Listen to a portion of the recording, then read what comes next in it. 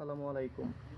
আজকে আমি বলবো কিভাবে খুব সহজেই ঢাকা শিক্ষা বোর্ড থেকে সকল সার্টিফিকেট এবং ট্রান্সক্রিপ্ট আপনারা অ্যাটাস্টেশন করতে পারবেন। তো এর জন্য প্রথমে আপনাদেরকে চলে যেতে হবে ঢাকার বকশীবাজার অবস্থিত ঢাকা শিক্ষা বোর্ডে, এবং এর মেন গেটের ঠিক বাম পাশে বঙ্গবন্ধু কর্নারের সাথেই 3 নাম্বার বিল্ডিংয়ের 5 নাম্বার ফ্লোরে চলে যাবেন। তারপর আপনাদেরকে একটা অ্যাপ্লিকেশন ফর্ম কালেক্ট করতে হবে, যেটা ওনারা নিজেরাই পিন করে রাখছেন, আপনারা চাইলেই দিয়ে দিবে এবং এর জন্য আপনাকে কোনো ফি দিতে হবে না। অ্যাপ্লিকেশন ফর্মটা পূরণ করার পর চলে যাবেন পেমেন্ট করতে। পেমেন্ট করার জন্য ঢাকা শিক্ষা বোর্ডের পাশেই সোনালী ব্যাংক আছে, আপনারা চাইলে সেখান থেকে পেমেন্ট করতে পারেন। এবং যদি মনে করেন যে একটু হ্যাসেল ফ্রি পেমেন্ট করতে চান, তাহলে পাশেই টং দোকান আছে অনেকগুলো, ওখান থেকে পেমেন্ট করতে পারেন। এই জন্য আপনাকে 50 থেকে 100 টাকার মতো চার্জ করতে পারে ওনারা।